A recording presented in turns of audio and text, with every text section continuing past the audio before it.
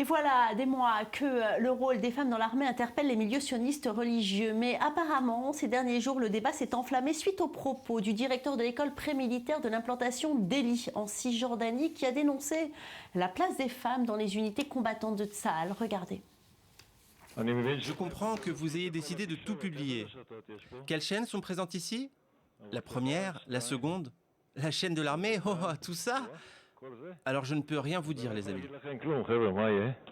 C'est par cette remarque demi-acide que le rabbin Levinstein débute son cours devant une centaine de nouvelles recrues de l'école de préparation militaire. Et le rabbin est parfaitement conscient des vagues que vont provoquer ces propos. Le chef des personnels de l'armée m'a réellement demandé ce que j'allais dire aux nouvelles recrues. Je leur ai dit de se marier avec une femme. C'est ce que je lui ai répondu. Ces derniers temps, le rabbi Levinstein a rencontré le chef du personnel de l'armée pour tenter de dégeler ses relations avec l'armée après que ses conférences devant de jeunes recrues ont été annulées. Mais il semble bien que cette fois-ci encore, le rabbin Levinstein n'hésite pas à s'en prendre à tous ceux qui ne pensent pas comme lui. Et les premières à encaisser, ce sont les jeunes religieuses qui s'engagent de plus en plus nombreuses dans l'armée. Ils ont rendu fous nos filles. Ils les enrôlent à l'armée. Elles y entrent juives et en sortent non juives. Pas dans le sens génétique. Elles sont nées d'une mère juive. Mais toutes leurs valeurs et leurs priorités se sont embrouillées. À ce stade, le rabbin parvient à convaincre ses élèves qu'ils ont tout intérêt à se marier jeunes car ils sont encore chauds, dans tous les sens du terme. Maintenant, vous êtes en seconde année. Vous êtes encore chaud comme un petit pain, un bon religieux, un pur juif. Pour les juifs, pour la religion, pour Dieu, ce qui veut dire du feu. Et quand vous sortez tout chaud du four, vous choisissez une femme chaude.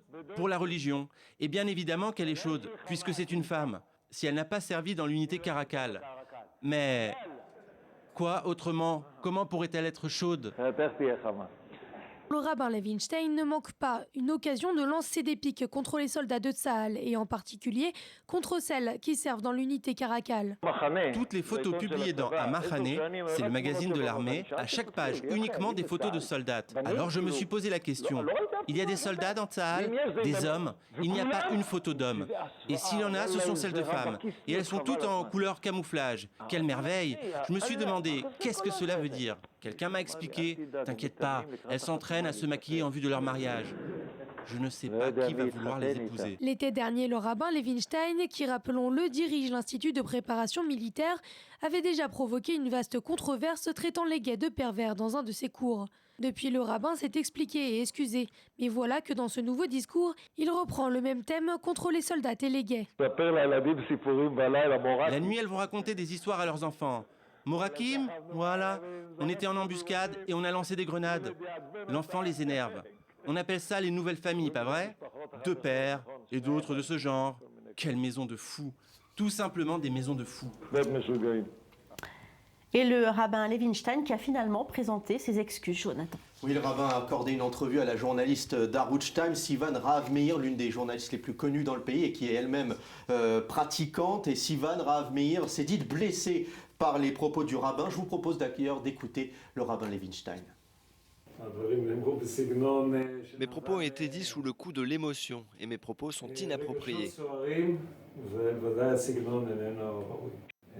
Je m'excuse sur la manière dont les choses ont été exprimées. Ce n'était pas approprié, ce n'était pas bien, mais je ne remettrai jamais en cause ma vision du monde.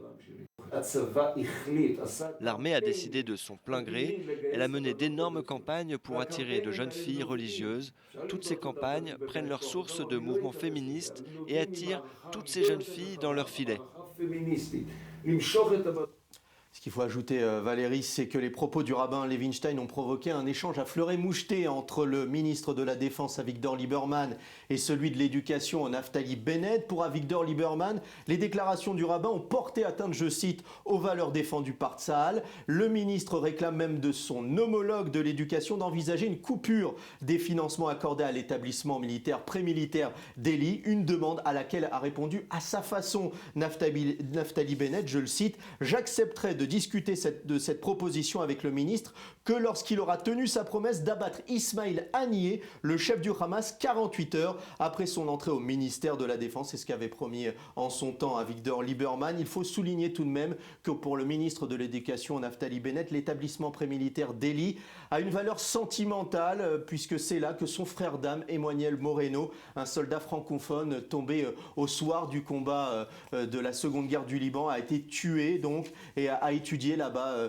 dans cet établissement. À ce propos, l'école prémilitaire d'Eli est l'un des pourvoyeurs de fonds des meilleurs combattants de Tsahal. Merci beaucoup d'avoir été avec moi pour cette première partie de Société. Vous, chers téléspectateurs, vous restez là car dans quelques instants, nous allons parler des nouvelles technologies pour lutter contre la violence et contre les délits. Je reviens très vite. À tout de suite.